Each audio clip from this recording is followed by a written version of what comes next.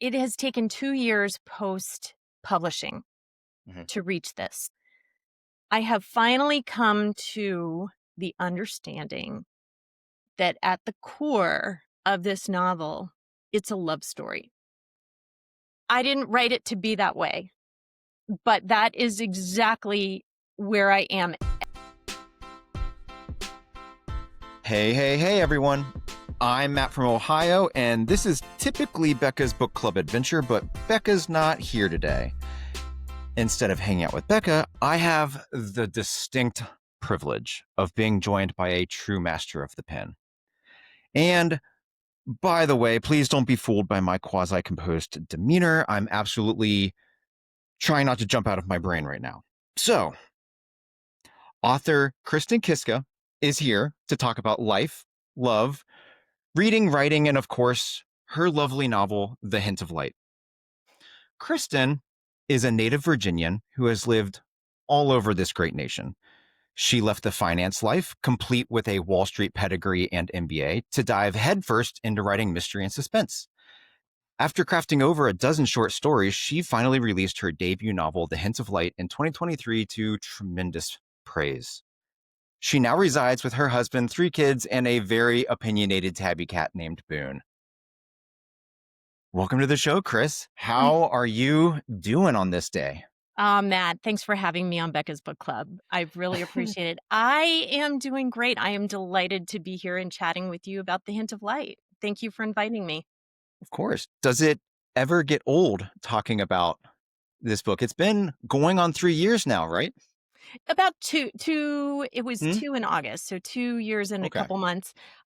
Never, ever, ever, ever gets old. I'm still meeting with book clubs and still learning things about my book that people smarter than I have noticed and, metaphors and such, and it's just a delight to chat with readers, to chat with anybody about this book, to be honest.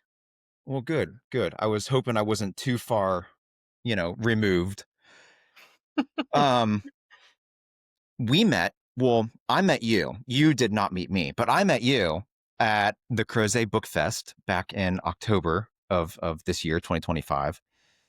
And I really loved the Crozet Book Fest because it was filled with some like amazing Wizard of the Oz moments, like where we all kind of gleamed a glimpse behind the curtain, if you will.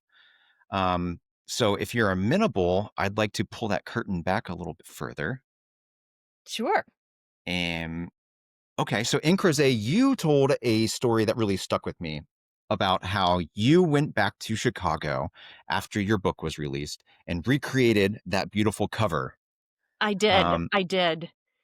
I think that's such a beautifully meaningful, like full circle moment, but I'm not overly sure where the circle begins exactly. I know you've mentioned in the past Nancy Drew being kind of an impetus for you. Where does young Chris begin, and how did loving books kind of progress for you? Well, I've always enjoyed reading books. I it was a fun escapism. Never in a million years did I ever think that I'd be writing. This was definitely not the path that I hopped on as a kid, chipping away at my little brother's typewriter or anything like that. I didn't do that. In fact, I have to say that, like, when you take your SATs or your college prep stuff, I always was so excited about the math side of the exams and not the English, the vocabulary, the metaphor, all that. None of that gave me any kind of confidence moving forward. So I didn't embrace it. It was just not there. I loved reading. So I like one of my all time favorite books is Pride and Prejudice by Jane Ooh, Austen, and I heyo. definitely enjoy, the Regency period, literature, and but if I got to English class with the classics or anything, I was checked out. Do you think that was a byproduct of sometimes the academic world can kind of kill a subject by kind of beating on it too much or having you go in a direction you don't actually want to go? I think it did. I liked reading for the stories. I didn't like reading to find the underlying themes and the metaphors and the Mm. I mean, I just really wanted to dive into just the character experience or the plot, if you will, if it was, some kind of mystery or something. I had no interest in digging beneath the surface, not for a long time. I Has that changed now that you're actually writing? It has. I have to say that Okay. reading for pleasure is tricky. It's very difficult. It's almost like, now that you've been behind the scenes and behind the veil, it's hard to read something and just not be able to like take little notes like, wait a Mm. second. Either information for me to, take note of for future novels that I'm writing and techniques that I really am impressed by these authors, what they did, like, ooh, that was a great twist. Um, or reading it and saying, "Wow, I wish I could really give this author some notes." It's hard to just read casually now. I will say, as uh, having started this podcast, I write down a lot of questions as I read, and I write down some book synopsis summaries for some of the buddy reads that we do. And I think I'm in the same boat. It has changed, like, my approach to reading. It's harder to sit and binge. I have to read a chapter or two and then like write some thoughts down now. It's a completely different beast. I even get to the point where I chart a book. I will Ooh. read and start making characters and lines and diagrams and things like I mean, this was not me in high school and college. This I hated that kind of thing, but now it's hard not to because you wanna see the links and you Mm. wanna, you know, make sure that everything is working. You wanna see the mechanics behind it. So let's talk about that transition. Okay. I mean, your academic and professional career doesn't it doesn't really seem like the typical seeds for becoming a writer, which you've already touched on. But like, so how did you go from that to wanting to transition into writing? Well, there was a distinct moment, and I Mm. can pinpoint that again. Longtime reader, book clubs, things like that. When you might be even too young to have a distinct memory of this, but in 2008, there was a big economic crash. Oh, yeah, no, I know. Yep, I was hitting the professional scene. Yeah. Okay. I had a business, a marketing business that I was operating out of my home when my kids were young. And all of a sudden, my clients had no marketing budget anymore. So I had all this time waiting, twiddling my thumbs. I'm saying twiddling my thumbs. My kids were little. So it's like during nap time, I was twiddling my thumbs. So I was reading more. And at one point, I was reading Dan Brown's novel, The Lost Symbol, which is set in Washington, Mm, D.C. love that book. It was my backyard growing up. I grew up in Northern Virginia, had internships in DC, did all of this. I mean, lived at the Smithsonian as a kid. That was like all of our field trips, everything that we did. Um, so I really felt that I was walking the pages of this book, that it was really a visceral experience, that I could smell the formaldehyde. It was just incredible reading this. And I thought, gosh, someone ought to write a novel set at my alma mater, the University of Virginia. It has secret societies, it has traditions, it's a 200-year-old campus, it's, all of these little nuances, and I thought this would be the perfect place to set a suspense novel. Um, then I thought maybe I should write this novel. So I was like, well, that's a stupid idea. So I about a week later, I had an 8-page single space bullet point plot of what we could do in that. And it took a couple of years for me to tinker away, typing in my little pockets of time. And I finished this novel, and all of a sudden I was like, whoa, what did I do? And my husband was hoping it was a phase. It wasn't a phase. So I stuck at it. but but this is your debut novel. So what happened to this UVA gem? That was my workshop novel. It was the novel of my heart. Loved absolutely everything about it. It was an homage to my college years. And Mm. I mean, so much has even changed at the university since then that, yeah, I mean, it's probably more of a time capsule. of, Mm, college. Um, so I queried it to literary agents and actually queried it to the agent that ultimately represented me, but she didn't sign me for that book. Um, I probably it's shelved. It's one that I'll probably open up again at some point in the future and really overhaul it. I love the concept of dark academia, and I'd like to do it, but it needs some help. It's my newbie um, workshop novel. So my agent signed me with my second one, and then she sold the second book that she took on submission, which ended up being The Hint of Light. okay.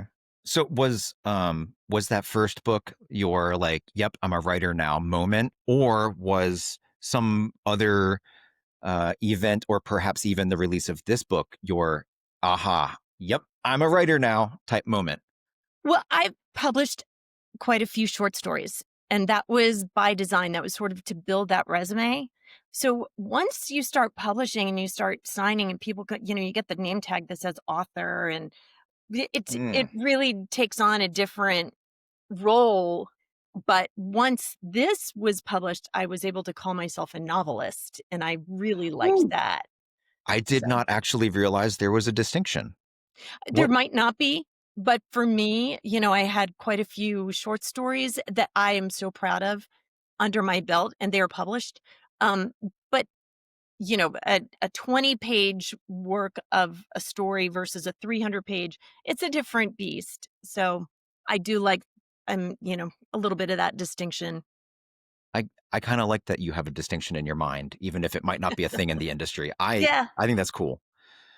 Um, so it seems like you've lived all over this great nation. and Virginia. elsewhere.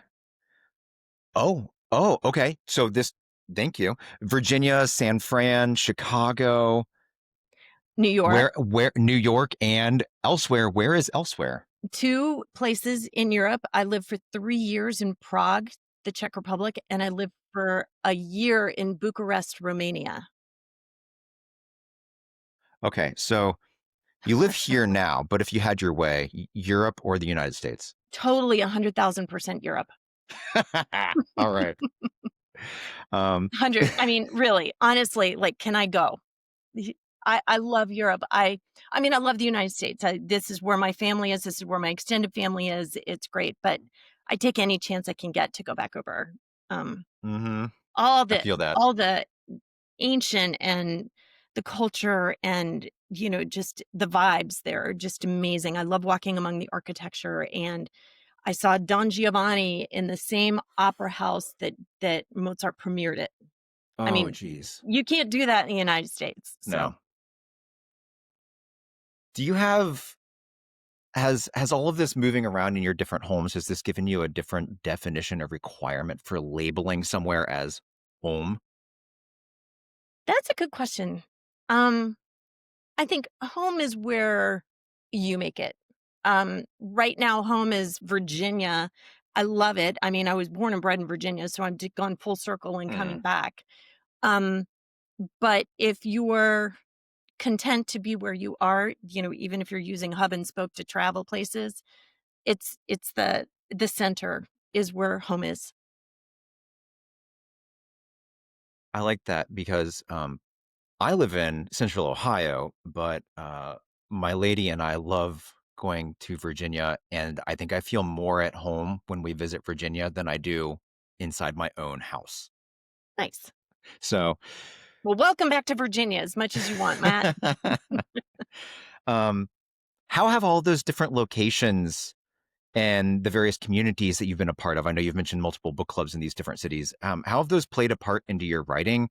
Maybe, for example, has one location been more of a creative space for you or a muse than others, or given you some type of mental backdrop that you pull from when you write now? Well, The Hint of Light is set in Chicago, and I Hmm. lived in Chicago for 5 years, so I really did feel connected to the setting. The second novel, which has yet to be published, but hopefully someday will, is by and large set in Prague. So that is also a huge factor in my writing. Um, the setting was almost a character in and of itself. And then, the one that I'm wrapping up right now that hopefully we can talk about this in a bit whenever, but that will hopefully end up chasing, the hint of light is set in Virginia. So, Oof. Virginia, New York. So, they say, "Write what you know," Sure. um, and I think it's setting is easier to write because if you've been there, if you've experienced it. I mean, I've also written things where I had to Google map everything. So, I mean, I'm not to say that you can't do the research, but it's really nice to be able to go and know, like, this is what sounds you're going to hear. This is what smells. This is the sights. These are the shadows. This is Mhm. the creepy factor. This is, whatever. And you kind of can move your story through this grid that already feels like it's part of your fabric. Very cool. Obviously, you probably have great memories of Chicago, but when you were writing The Hint of Light, I'm guessing you were living in Virginia. Yes. So did you have to make a pilgrimage back to Chicago to kind of refresh some of the sights and the sounds or anything like that?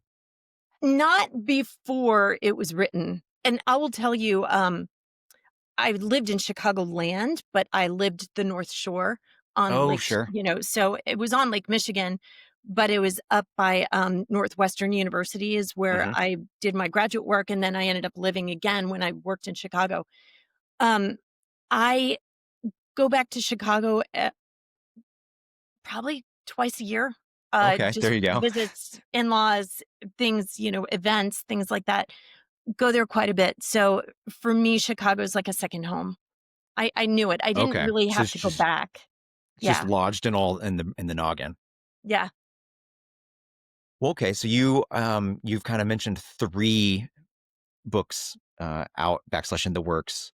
Um from maybe most authors I've spoken to kinda will say something along the lines that, like, it's the hard part is not having an idea. The ideas just keep coming, but the the hard part is turning those ideas into a real tangible narrative or product. Is 1, are you familiar with that? And 2, does that hold true for you? Like, where do your story ideas tend to come from, and how do you know when an idea is worthy of becoming a full-fledged beast? It's funny you asked that. I'm gonna say the exact opposite. For me, it is terrifying to have a blank page.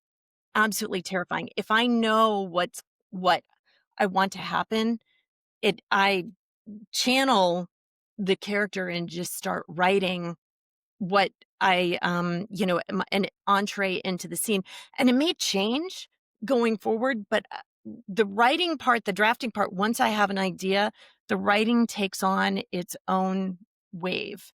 It's forcing something onto the page without a concrete idea of where I am and where I wanna get to in the story. That is petrifying to me, and I feel like I'm, kind of in do you remember the Flintstones, Of that course. cartoon where they had to, like, run with their feet to push these cars? I Uh-huh. feel like that's me, like, it's gotta be easier, it's gotta get, like, its own energy going, and, it's not the part that I like. I definitely need that seed of an idea to get started, and my agent recommended that I keep a a log of ideas as they flash, and so excuse me, I've done that. I've kind of like middle of the night, jot down an idea because I woke up, I have a little pad of paper next to a nightlight and a pencil because if I happen to get an inspiration, I will never remember it in the morning. I'll jot that down, rip it off, run down when I'm, awake, wide awake. And I'm look at this going like, all right, now what did I tell myself I was going to do? But I keep that this running list and hopefully with like these little bits and pieces and little news headlines that I've seen and Mm, little other gems of inspiration, I can kind of cobble together a new idea for a novel, or a story or something, maybe a scene, maybe a character, that's anything, interesting. with that. So just so that anything to not have a blank piece of paper in front of me. I've had this has nothing to do with being a novelist per se, but with the advent of AI, uh, employers want you to use it to like help you do your job.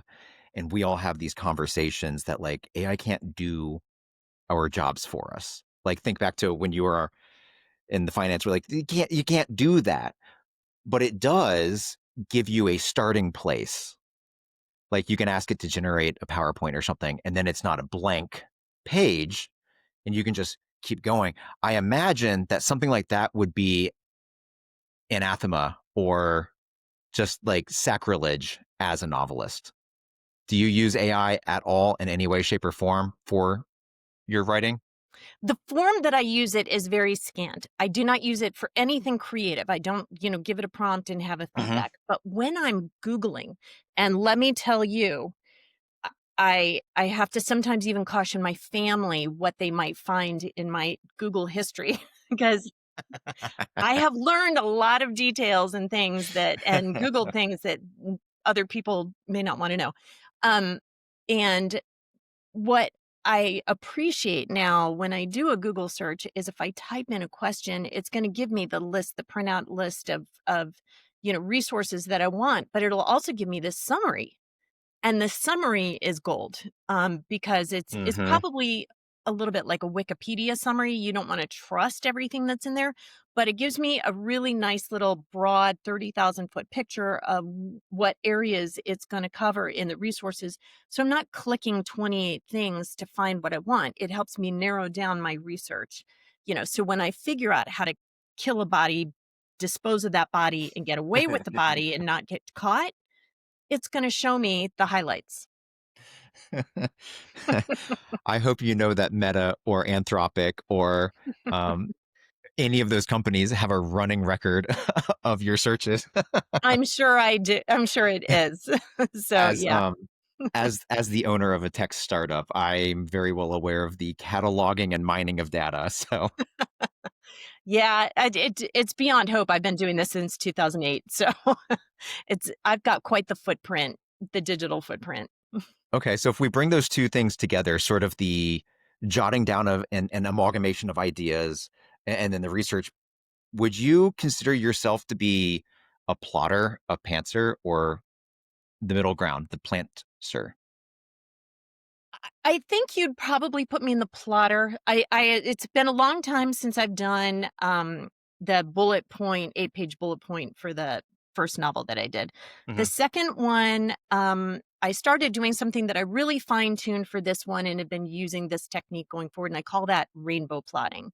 So Ooh. it's plotting, it's, not pantsing, it's plotting, but what I do is I kinda give myself some latitude because if I plot too much and I start writing, my characters go off on a tangent and then I have to like replot to follow up to kind of keep up with my characters. So what I'd like to do is give them a little rein and let them, go on where they want, but I'd like to ultimately get the story to where I want it to be. So what I do, the rainbow plotting is I use post-it notes. Ooh. One post-it note denotes a chapter. One color denotes a POV character, so point of view character. And Okay. then I can mix and match and see which one, I and I have a very technical, you'll probably appreciate this, but it's sadly very analog, um, way, as was in this novel, there were 2 timelines, so 3 characters, 2 timelines. I had a piece of yarn on my diagram for before and after so that I knew which character was talking, but the timeline was a yarn. That that's awesome. I have an entire set of questions around that. So like just go. I love this. Yeah, so what I do is I jot down, like, 1 or 2 things that I want to accomplish in the chapter. And that may change, but as I'm plotting the whole thing from the outset, I kind of want this character to deliver this information and this character to have this experience. And then this character follows up with the same experience, but a different lens and whatever. And I kind of like run with that. And then I've got 2 more pieces of yarn in there. These are vertical. So I kind of put down one that delineates the difference between act 1 and act 2, and then I put it on another between act 2 and act 3, so I can kinda keep the pacing, and I don't want all of my Post-it notes in one particular. It wouldn't be a quadrant, thirdrant? I don't know what those Sure. tertiant? I'm not sure what the technical term is, but in the different acts so that that I can kinda keep it pacing or the pacing, consistent for the reader. I mean, this is just very early stages, but Sure, sure, once sure. I get all of that down, I've kind of told the story to myself once, and then I sit down at the computer and I start drafting, and the drafting is ugly. It happens. There's some good parts, and then there's some like, "Oh my god, that was the worst. I'm gonna have to delete this all." But, I get it on paper, and the magic happens in the editing. And by and large, because I only had, like, 1 or 2, goals per chapter, I really ended up, the end product isn't drastically different from my little rainbow plotting chart. How I got there Mhm. might be a little bit different, but it kind of still serves, so it's nice. I really like your system. I was 100% expecting you to start talking to me about spreadsheets and stuff, Oh, given the that's finance step background. 2. That's Oh, that's step step 2. 2. Okay. I have an Excel spreadsheet for each of my novels. Yes, I love it. absolutely. I'm finance girl. Yeah, I hear you. love me a spreadsheet. But Um, anyway, that's how I roll. So, plotter. okay. So since you are writing all of that stuff down, I'm a little curious. Let's do this through like two lenses, right? As a professional mystery and suspense reader and writer, Mhm. what elements do you think make a mystery or suspense story great, not just good? And does that answer change depending upon whether you are reading the book or writing the book? Backslash story. Okay, I'm gonna say a couple of things make it great. If I am reading and forget that there are words on the page and I'm seeing a video roll, like it's a Netflix, Mm-hmm. show, something on film, if I am having a full mental 3D experience with this novel, it is a great novel. Doesn't mean that I like the characters or that, I whatever, but that really is next level storytelling. If I am reading it and saying, "Oh, well, that was a very clever way to describe that," my mind is still on the words on the page, and, Mm-hmm. I might appreciate what the author is saying, but I'm not seeing that video, and so it's kind of slug through. Um, Another thing that makes a good novel great is if twists happen that floor me. That is Okay. hard to pull off, I'm gonna say. I'm very intimidated by the prospect of writing a novel to chase this one, because I feel like, how am I going to do that another time? I don't know. It's kind of intimidating. But if I can make a reader, if I as a reader or if I can make a reader reach a section of the book where you put it down just to think about all what did I miss to get to this? How did I, whatever, how did I not see this coming? It was right there. It whatever. If I have to take a step back and think about it, or if I have to go and start Googling things to get more in depth and get the little Easter eggs and whatever that might have been buried in there that I want to know more about, that is a great novel. I think if I might be able to blow a little smoke at the moment, I think you did both of those things Oh, thank you. in your novel. Do you have any sage wisdom on how to accomplish either of those things? I can only tell you how I accomplished it, and I'm not going to give any spoilers, Mm-hmm. but After I wrote it and revised it and revised it and revised it and revised it, I sent it to, um, a reader that I trusted, Sure. and one by one, I had them read the novel and give me their feedback, and then I said, you know, at what point in this novel, at what scene did you figure out the spoiler? Ooh, okay. And when they told me, I went back in and massaged it to kind of take it down or redirect or do something little, something micro. And then the next reader reading through, get their feedback. Where did you clue in where you might have solved the spoiler? Go back and massage that. So I Okay. engineered the experience, and I could not have done that without other readers.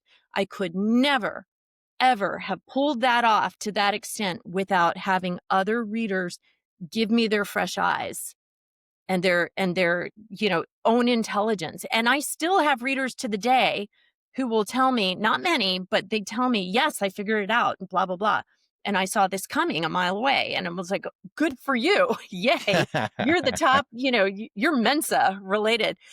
Because most don't. Most find it the Okay. spoiler, and it's a surprise, a good surprise, I hope, but it's also unsettling. So, Yes. Yes to all I of that. but but hopefully they're not thinking it came entirely from left field, that I had built enough crumbs into the story structure to let it be a satisfying ending, that it solved, Hmm. problems, but I didn't leave it there,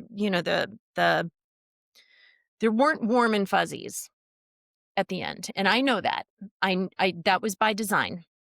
But there are some warm and fuzzies at the end. And that is, I think, a balance that you hit that was really, really well, because oftentimes when we fantasy romance type readers read books, it's all happy endings. Everybody gets their happy ending. And like, yeah, we like that as an escape, but it's hard to suspend belief Mhm. for every book. And I feel like you really balanced the real with the warm and fuzzies. Um, I think another thing that you might have done, I'll continue with the whole Matt taking over and praising thing, is I suppose I'm one of those that I didn't, I saw the twist coming, but I didn't. So I had a couple of thoughts, but the way in which things end up happening was nowhere on my radar. So you left breadcrumbs, but not obvious, not, you know what I'm saying? Yep. I'm trying not to give spoilers, so it's kind of weird and vague, Yeah, but you don't wanna spoil it for anyone who hasn't read it. You can only read it for the first time once, I and I know that will, because 'cause I've read it, like, yes. 738 times, so But I think the breadcrumbs you left, it makes me want to reread and Ooh, understand all of the breadcrumbs and teasers, um, Easter eggs left along the way, which I don't, it's hard to do that with these types of suspense or mystery novels, because once you know the mystery, it's hard to read it a second time because but I feel like all the breadcrumbs and Easter eggs that you let go throughout is actually a really awesome thing. thank you. That is high praise indeed. Thank you, Matt. Um, one more question before we actually dive into the book like deep, right? Mhm. How do you know when a book is finished?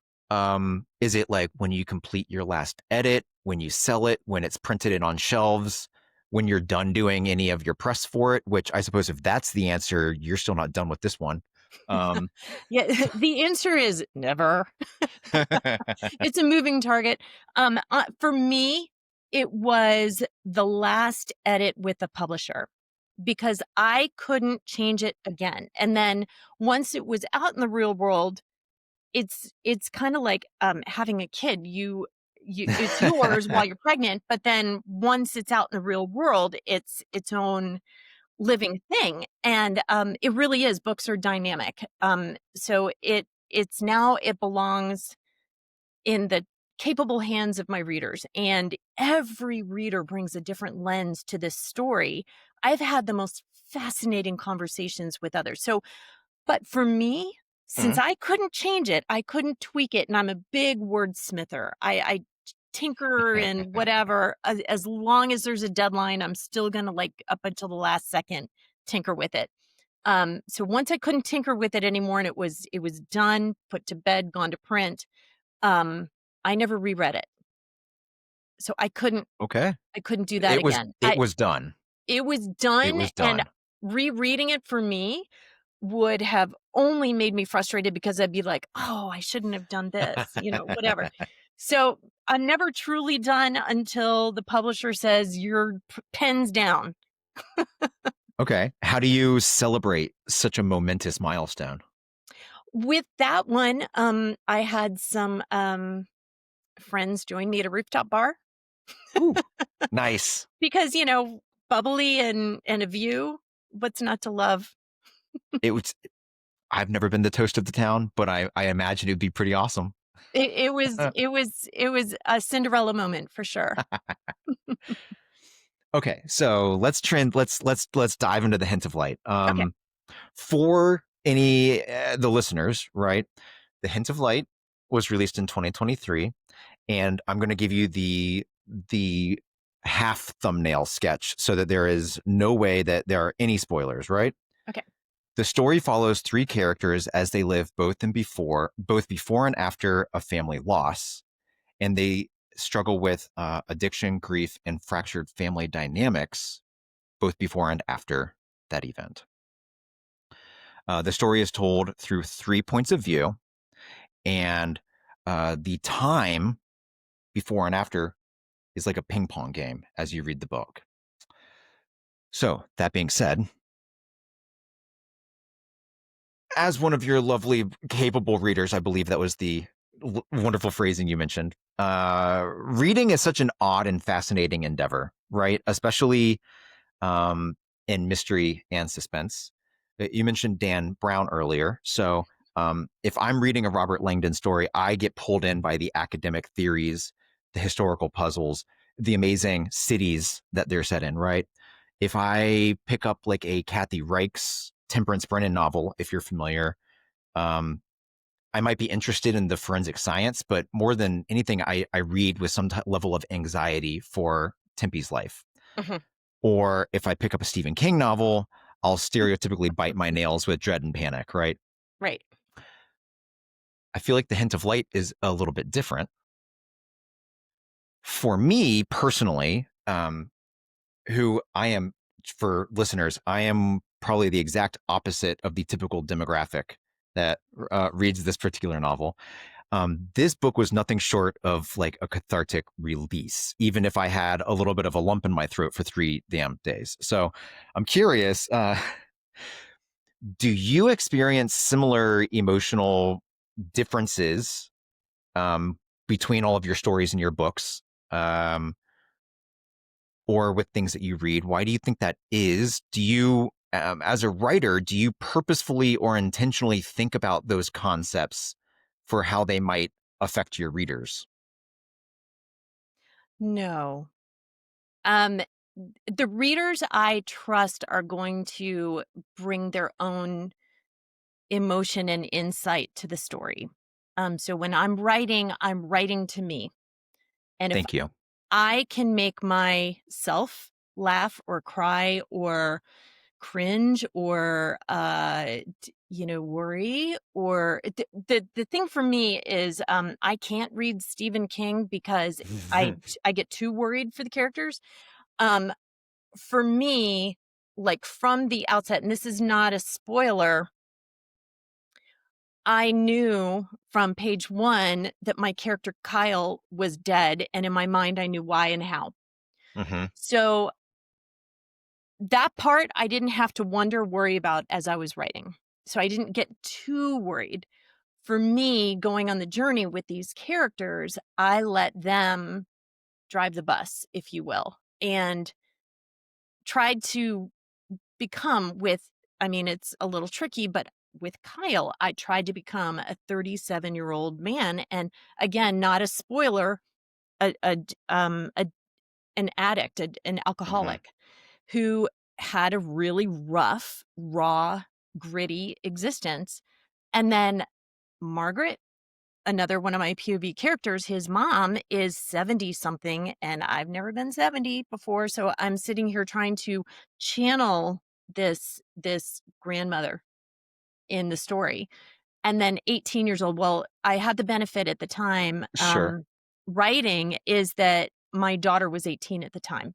And Oh, okay. so I had a little insight of a current modern young woman and how she might navigate. Now, this experience that I am depicting in this novel is not a normal one Hmm. no matter how you slice it. So I couldn't look at my daughter and say, how would she navigate this? But I could kind of channel like what would strike her first, things like that. So what I'm trying to do is give an authentic journey and let the readers bring what they need to bring to the experience, in their own backpack, if you will. As somebody who is just a little bit older than Kyle, um, but doesn't have a great set of family relations, um, I found it very fascinating that I was able to connect with all three characters rather than just one, maybe two, right? Um, I don't know what you typically hear from readers. I'm guessing that people will very intensely empathize with a single character. And I found it very, very remarkable that I was able to do so with all three. Oh, nice. Um, you've mentioned in previous interviews that like this book was very cathartic for you to write, that it was a little bit of an intense mirror situation for you personally. And I can only um, imagine that that's because of the personal nature of the impetus of the story. But I'm curious, did you have a particular character that you empathized intensely with, or was it similar with me where it was all three because of what you mentioned, you're getting inside each of their heads so dramatically? I definitely resonated with all 3, and you're gonna find that all 3 of them have little bits of me in them too. I can't strip that out. That's, um, author That's one of the problems. things I was actually reading for. For example, your tabby cat Boone, I'm guessing, was Allie's cat, for Yeah, example. Lulu. Yeah, so I'm a cat lady. Um, yeah, it's, um, one character the character is let me back up for 1 second, put a sure. pin in that. When I meet with book clubs, one of my favorite discussion openers is I ask a question, we go around the room. Are you team Kyle, team Margaret, team Allie, or team Hannah? And Hannah's not a POV character, but we do meet her. And she's significant to the story. And by and large, most people have a tough time thinking which character did they relate to the most. Now, Oh, we go that's good. through and then the conversation, the discussion of the book is just organic. I mean, I never have to ask a single question again. It takes off and sometimes it's, if they've had a medical profession, they take on Margaret. If they've have age or if they have a family member who's done something, whatever. Anyway, they have personal reasons why they've connected. And each one of my characters is flawed and broken, Mhm. yet endearing in their own way. Yes. And so, but when we circle back and at the end of a 2-hour conversation of the whole book, someone will inevitably ask me, what team are you on? I'm team Kyle. He is Mm. my unlikely hero. He is, the person that I champion. I'm all about Kyle for all of his um, flaws and faults and his good heart and his reasons for doing things. I just could not be anything but team Kyle. I mean, I can. I love all my characters, but team Kyle, 100%. I I like what each of the characters represent. including some of the background character. I'll call them background, secondary Mhm. characters. Um, I think if I had to pick a team, I think I would probably also champion Team Kyle, but I don't think it's because we're both similarly aged males.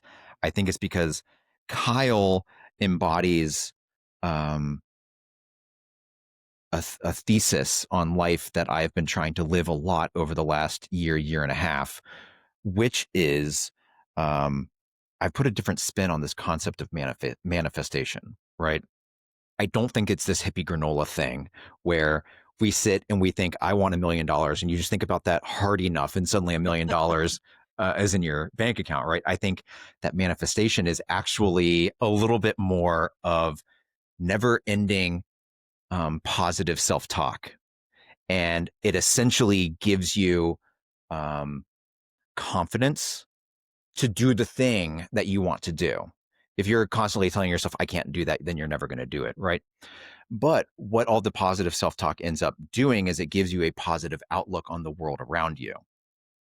And the way in which you feel about yourself is the way in which you see the world.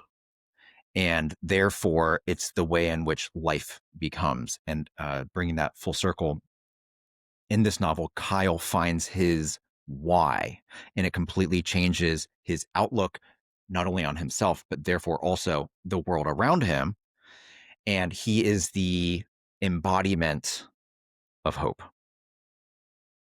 And I think that is an extremely powerful message. Um, whereas I believe Allie is without going into a long tangent, the embodiment, one could say naivete, Mhm. but another could say trust and self belief.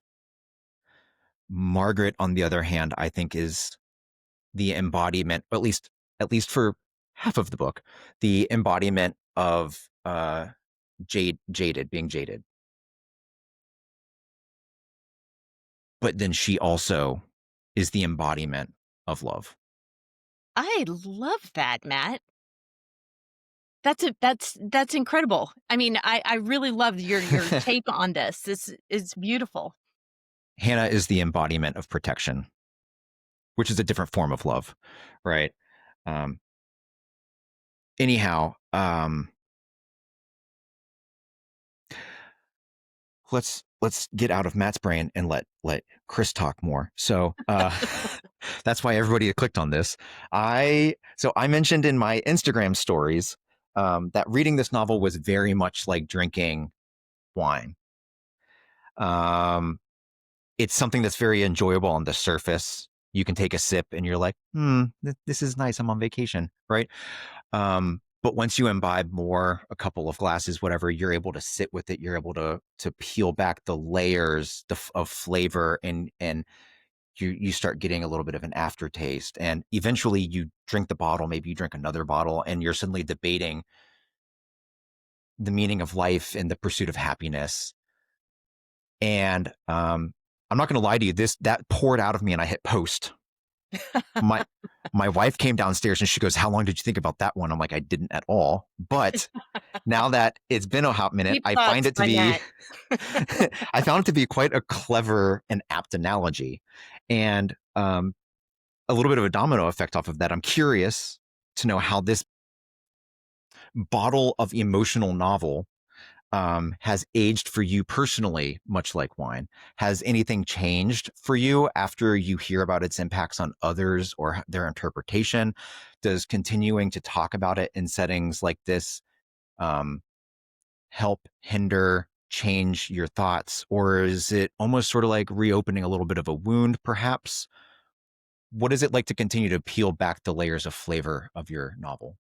Well, it has taken 2 years post-publishing Mhm. to reach this. And if you add on all of the years of writing, drafting, editing, selling it to a publisher, editing, publish, whatever, I mean, we're probably looking at a timeline that's 5 to 6 years now. I have finally come to the understanding that at the core of this novel, it's a love story. I didn't write it to be that way. but that is exactly where I am. Every single, and I mentioned before, broken, flawed, secret decision, whatever, that has horrible consequences Hmm. later, whatever. Every single pivot point that these characters have been done out of unconditional love Yes. for someone. None of it was self-serving.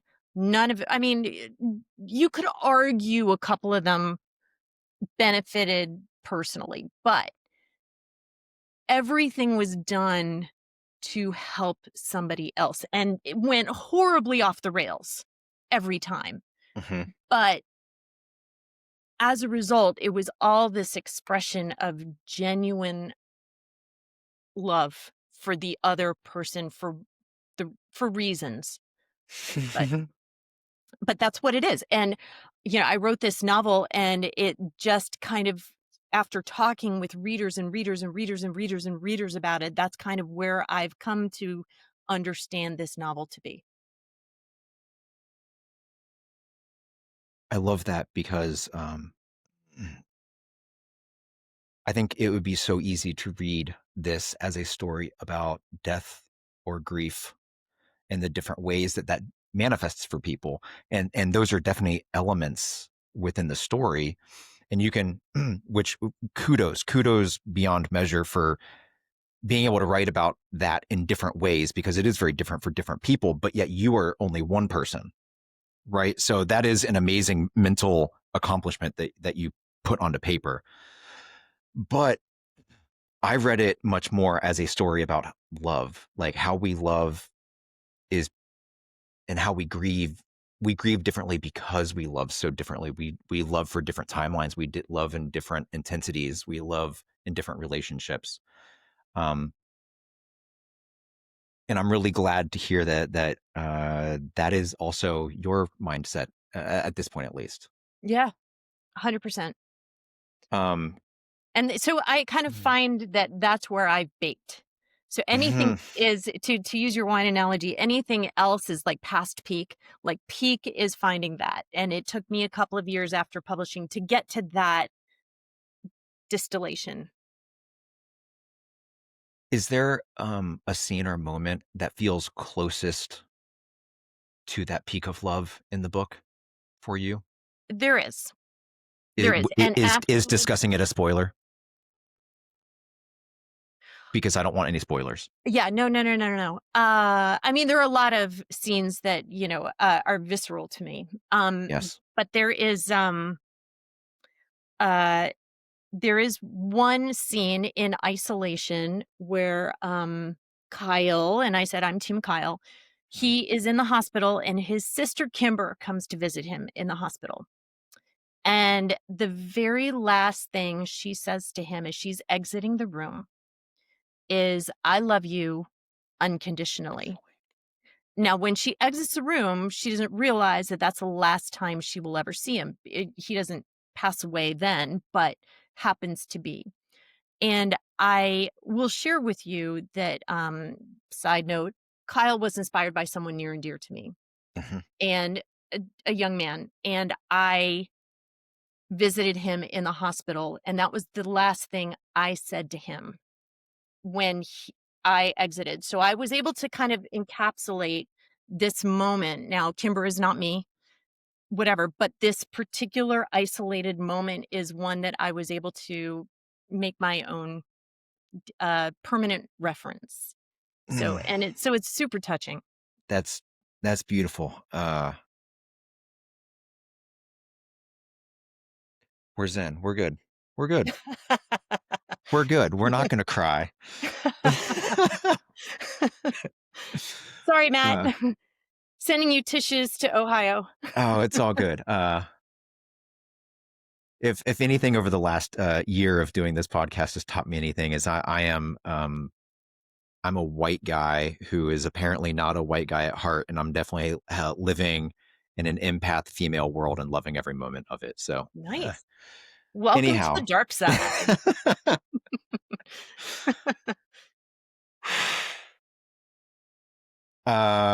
okay, so I don't think my heart can take any of that and actually be a host anymore. So let's talk about your readers for a second. Okay.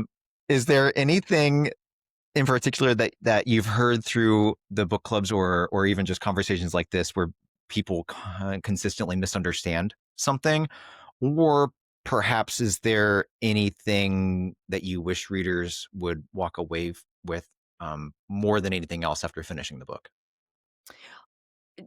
I'm going to be a little vague here. Sure. There is something that I think readers judge a certain scene, a conversation, some as I said, some decisions that were made along the way, and they judge what I think is a little harsh.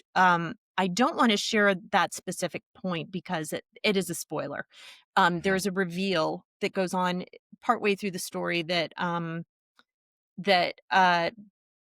is discussed in different scenes afterward, and I sometimes kind of have to sit back and caution people to consider the other character's perspective. There are a couple of different things, but I won't touch that because I that think is I a know what you're spoiler, but speaking what of. I think I will do is, kind of go back, like, the takeaway, Okay. and honestly, I would say never underestimate a mama bear. um, you have many examples of mothers in the story. Um, they're all different, and yet I think it's all very very similar and goes back to, I believe it's the prologue, Mhm, mhm. um, that a mother's love is not understandable by anybody but her, and don't toy with it. Yeah, if I remember specifically, the first line is "Motherhood is not for the weak," and it Yes. really is, um, an homage to that strength, that bond. It's unconditional. It really, truly is that there is nothing that you can do. We've all heard that story of the woman whose kid is baby or toddler or whatever is trapped under a car and she has superhuman strength, lifts the Yeah. car, gets the kid out, doesn't know how she did it after whatever. She didn't think about it. She just did it. That is the mama bear. It is just something that you cannot predict. You don't even know it's in there, but if you do anything that might threaten that child, you Hmm. could find this woman, this mother could find herself in a situation where she makes choices she didn't even know that she could. And I address that in a bunch of different ways in this novel. But I believe in the mama bear. It is a super force. And it is there are things that I would do to protect my own kids, and I've got 3 of them, that I wouldn't do to protect myself. You know, I mean, it's crazy, and we all have, like, this survival instinct, like, we're gonna get out of the way or whatever, but I will run in between danger and my kid to protect them, whereas I would not do anything like that, you know, normally, Hmm. unless it was life and limb.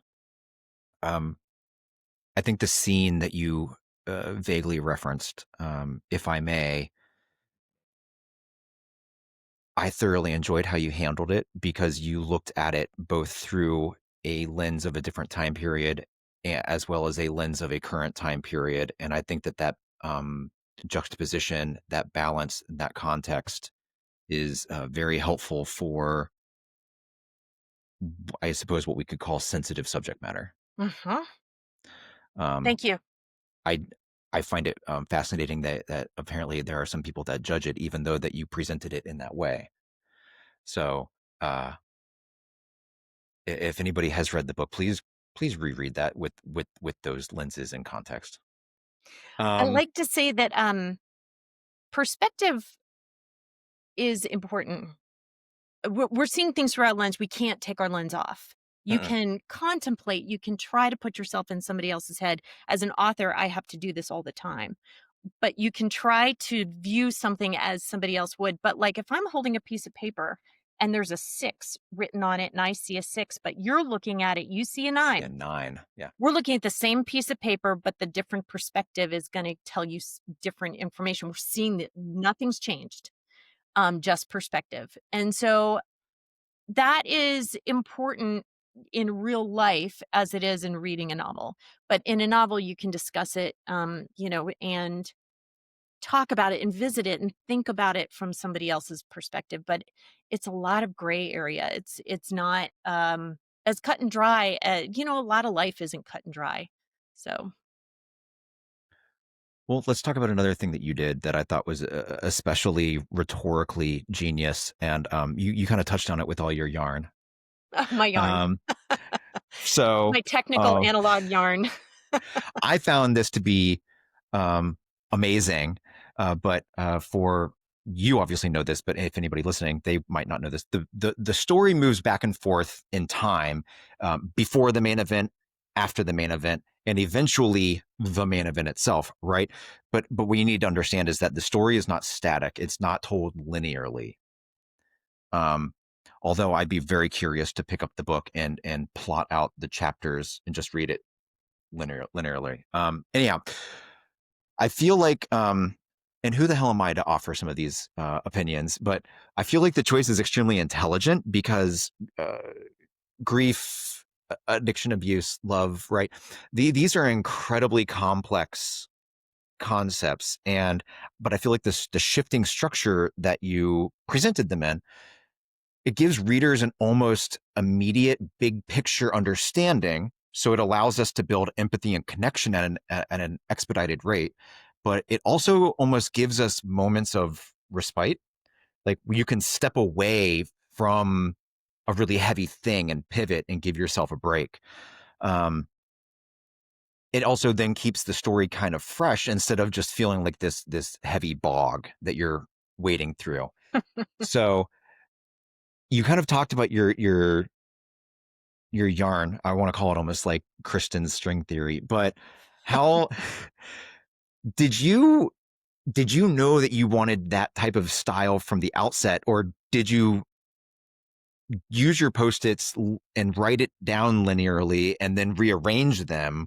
Or was it even helped along in the editing process? Because I feel like that would be a mind F to keep track of.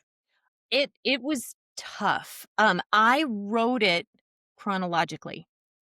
So I wrote all the before chapters when I first drafted it. Then I had the main event, which is a pivot moment, and Mm-hmm. then I wrote all the after chapters. And even though I'd already done the little rainbow plotting before and after on my dining room table, I took them and did that, drafted it in that manner. It is tricky the first time I braided them together, so to speak, so that I had the before and after consecutively. I It was tough and it was an ambitious structure. Um there were a couple of pitfalls. One was, even though I'd written it chronologically, information was getting to the reader before I wanted them to know things. And so largely in the after, because I had already written the whole thing and I was like, well, of course, these Sure. my characters know what happened, but the reader doesn't. And so then I had to go back and cherry pick, like what detail do I want to come later, whatever. That was the brain cell activity that I had to go through. The other thing that I had, which was a real up until almost the very end, I was very concerned about the character Allie, Mm. because she's the only character that's in both the before and the after chapters. And I didn't want readers to get confused. Where are we in the timeline? Even though each chapter says before or after, I didn't want her chapters to blend. I needed them to be distinct, almost like they were two different characters. Um, but I even at one point thought about scrapping her in one of the timelines just to keep her in one so it would be easier. But she had some weight to pull. She had to develop a relationship with Kyle, and then she had to fill in missing pieces that only she would have known in the after. And then, so she had a big job to do, bigger than I appreciated. So I had to keep her. What I ended up doing was making her a senior in high school in the before Mhm. chapters and a freshman in college in the after chapters, Oh, smart. so that there's this automatic maturation, if you will, because the before chapters take place, I think it's about a year, and then the after. So So in the after chapters, there's grief and there's this she's moved on to, bigger and better things. And so I wanted her so the naivete that you're hearing really is in the before chapters, Yes. where she has not really kind of cut her teeth on the ways of the world at that point.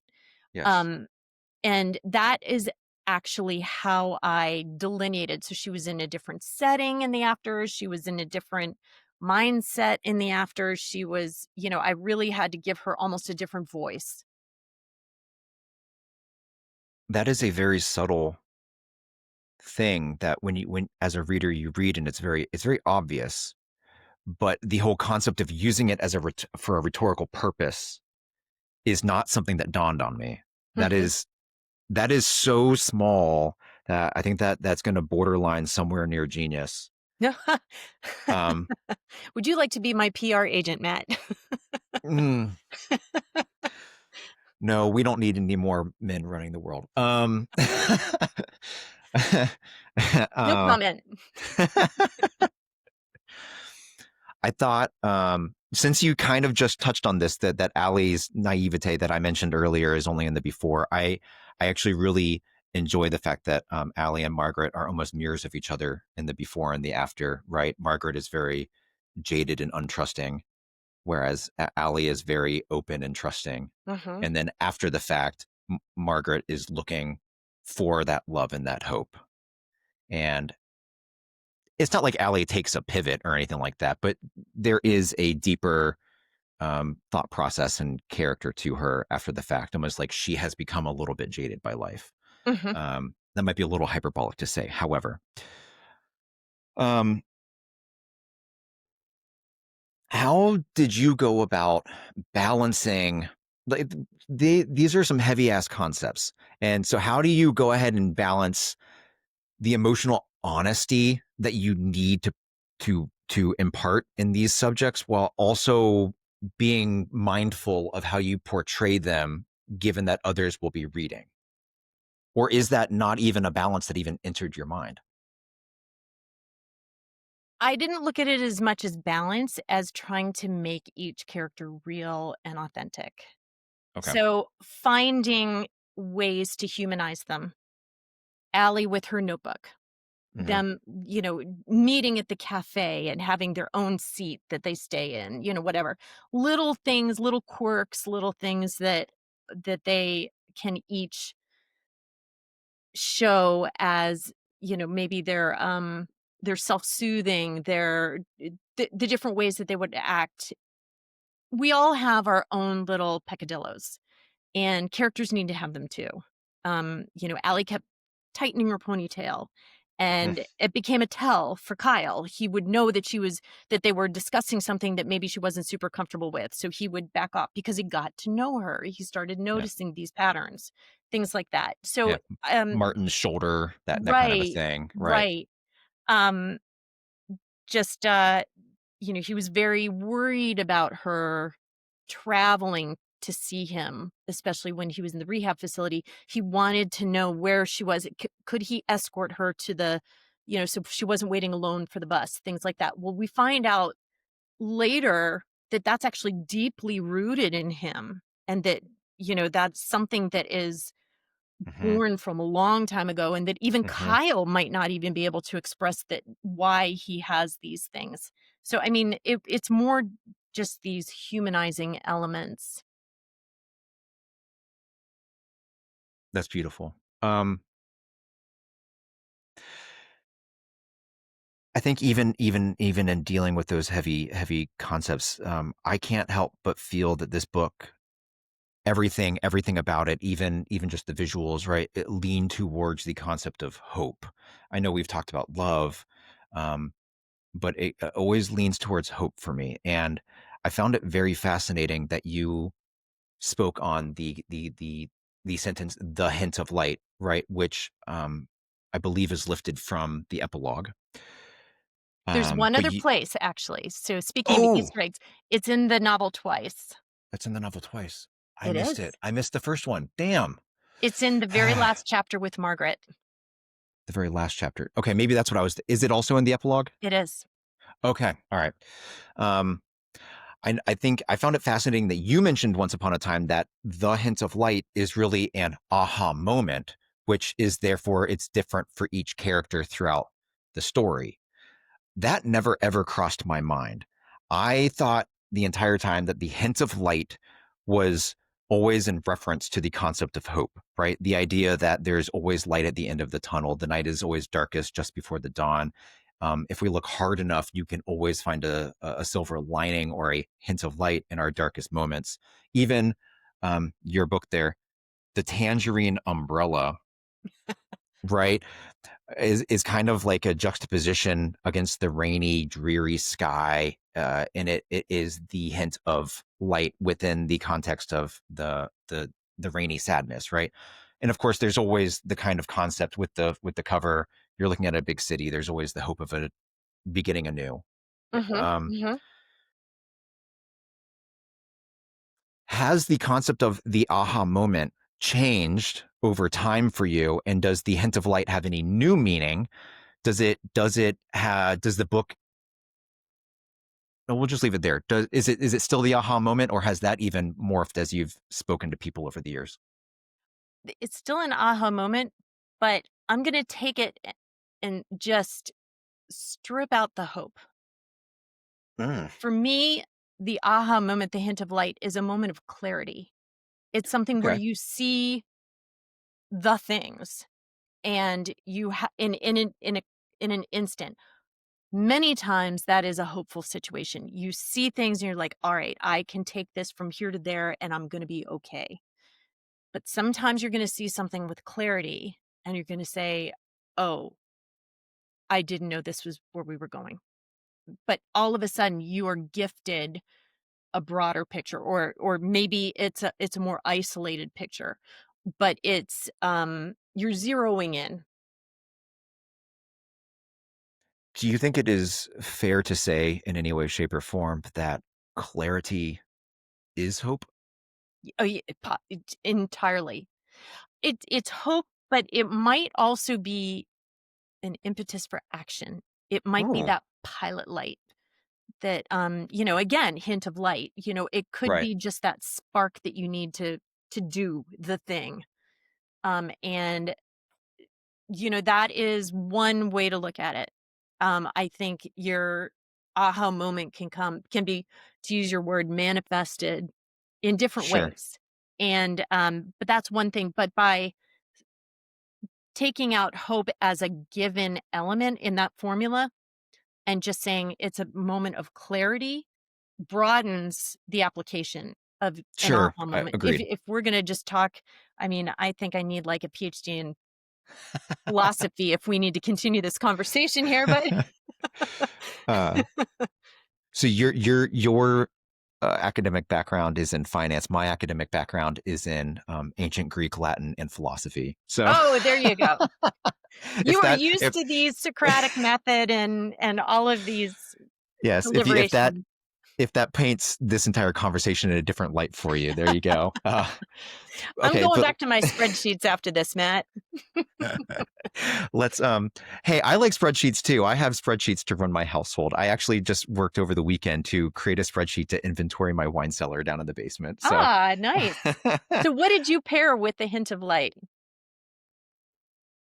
I wait, did you say did I or would I? Well, you posted it was like a wine. So I don't know if you did or would, whatever, what do you recommend to readers?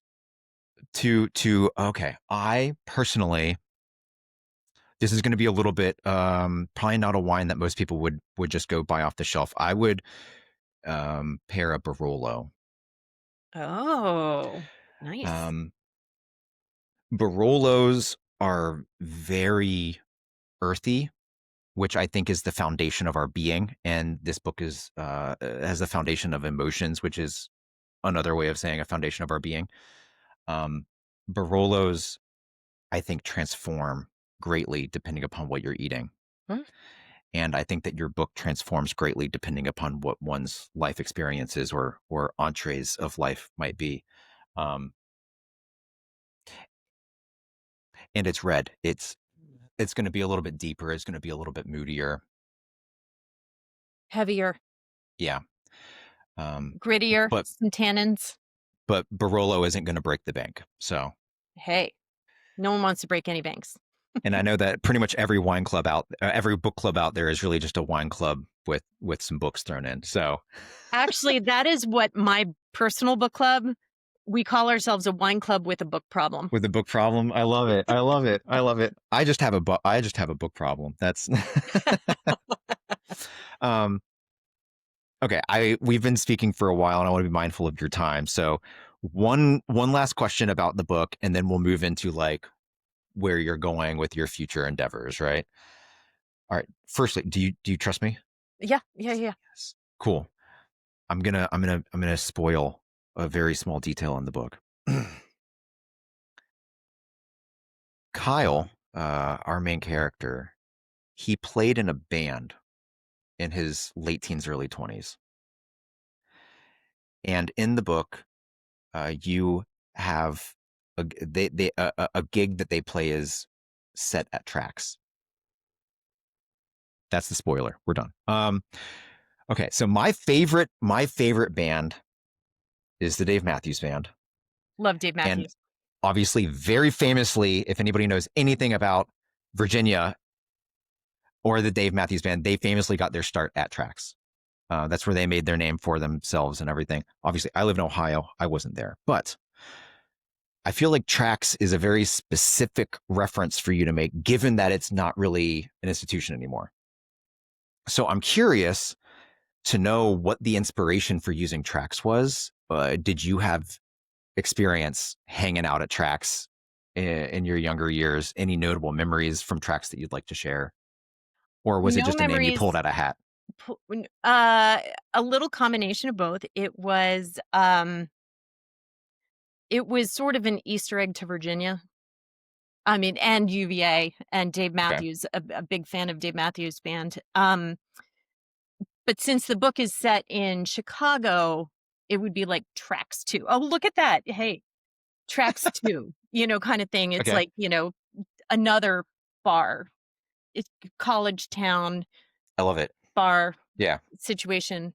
But yeah, I mean, there's a little bit of UVA in everything I write, I find. UVA is beautiful. Like everything about UVA is beautiful, from the architecture to the community to the visuals. That's why I set my first novel there. Speaking of your first novel, Yeah. let's look forward by looking back a little bit. Will that thing ever see the light of day? Do you have any plans for that? And I know that you've mentioned you have a book set in the Czech Republic and another one. What is the future of Kristin Kisska look like? Well, the What funny is thing happening? is, the first question, will my novel set at UVA see the light of day? It will, but not in the manner that it is right now. Sure. I Okay. wrote it a while back, but also one of the topics, the main topics of the novel involves something that has become highly politically charged now, and I'm not interested in writing a political book. And so I need to rethink that in its entirety, strip that out and give something. I mean, I'm happy to talk about personal struggles and things like that, but I don't want to be the poster child of politics. Sure. Just not. I mean, we all Um, have opinions, but we all I don't don't want need to to show be up to a labeled book that club and way. get shot. Yeah. Um, all the, anyway, so that's way down the road. I would like to do something with that, but it's going to be way down the road, and I haven't thought of that magic storyline yet that kind of fills that. But Okay. I'm thinking, I'm brewing. I've got my little idea word bank, and we'll see how that The goes. Mrs. Coffee Brain is going. Mhm. Uh-huh. This one was the third novel that I wrote, and it's the first one that was a women's fiction novel. It was a passion project of Okay. mine. Everything else I've written has been, to date, suspense, mystery, thriller. The one set from Prague is an international thriller with a single dad who's like chasing, trying to save his kid. So I mean, there's personal stuff going on. It's not this big save the world thing, but it's definitely higher octane than this one. Okay. chasing this published book. It's amazing that this is the one that was the first one to get legs, if you will, publishing legs. But I've decided to write another book that I've just been wrapping up right now that I hope to my agent will read and say like, "Oh, this is great. Let's take it out on submission." We'll see. Fingers crossed. Um, Okay. that one's instead of about parenting, it's about sisters. Okay. So I kind of had to retrain my thinking about approaching novels. Now, as a book club member, I've read a lot of book Mhm. club fiction, but writing book club fiction is a little trickier than writing thrillers because, thrillers, it's like you get stuck, you just kill someone. You make everything worse. So you have to be a little more subtle with the women's fiction and, give good moral gray areas to discuss, things like that. So I find it you're doing some heavier lifting when you're writing women's fiction and I'm hoping that I can do it justice again. Okay. Thank you. Do you, since you have a couple of different, like, I'll call them genres, Mhm. that might not be completely correct because this book is kind of suspenseful and it is a little bit of a mystery. But um, do you feel any sort of pressure to stay in your lane, as it were? Well, I do. I mean, thankfully, my agent signed me for my thrillers. I think she saw Okay. this book initially and she was like, as surprised as I was, delighted and surprised as I was that that was the first one sold. But she, when I handed her this book, this manuscript, she read it and it was right after the pandemic. And she got through the first 50 pages and sent it back. And she's like, Kristen, I can't sell grief. We just came out of a pandemic. Nobody can do, this. So I degriefed this novel and you've read Really? it. There's still quite a bit of grief in there, but what I did was added the prologue. The Okay. motherhood is not for the weak. And that changed the tone for how readers were coming into the novel. And I think it bought a little bit of time to get through some of the heavier parts and until they, were in the story. So that was my thinking. But to go back to your question, yeah, I like to put everything I write under the umbrella of suspense. It's just it might be more women's fiction, domestic suspense, and then there's the thrillers. It's all on a spectrum, but I'm still on the suspense spectrum. One, very, very cool. I'm very much looking forward to reading this other side of you. And two, the prologue and epilogue concept of sandwiching the book is very beautiful. I think I can only say that without any kind of spoiler, Yeah. anything. So, um,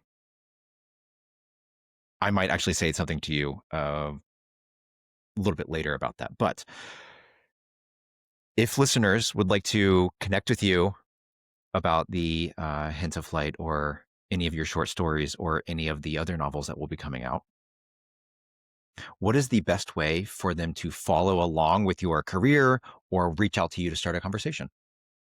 Through my website, KristinKisska.com. Everything. I've got books on there. I've got a link to the short stories. I've got uh, updates, events, everything. And there's a contact page. Readers can connect with me. And if readers are interested, I zoom in to book clubs. Love it. It is my absolute all-time favorite thing to do. To hear readers discuss it. There is no bad thing a reader can tell me at all about this book. So I I welcome all of it and would love to continue discussing with readers. I love the fact that you are so open for talking about readers. I'm it's only been about a week, but I've been in the works of trying to push this at my wife's book club.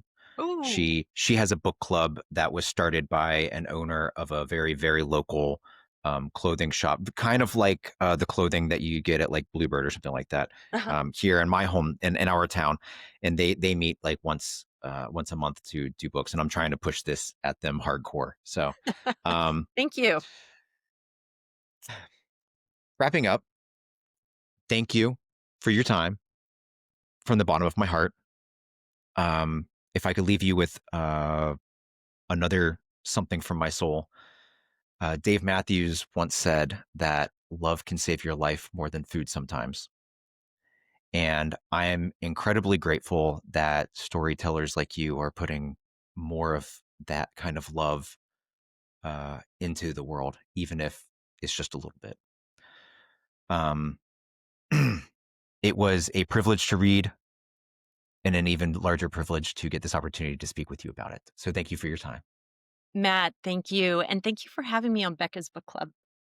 Really. And thank you for attending the Crozet Book Fest, which was the intersection of all of this. It Yes. was fantastic. Do you think you'll be back at that next year? I hope so. I had the best time, and It I was hope amazing. that they invite me back. I will spam Flannery. All right. To everybody listening, thank you for joining us. If you'd like to keep in touch, please leave a comment, send us an email. Myself or Chris, her contact information and mine will be in the description down below. So until next time, cheers.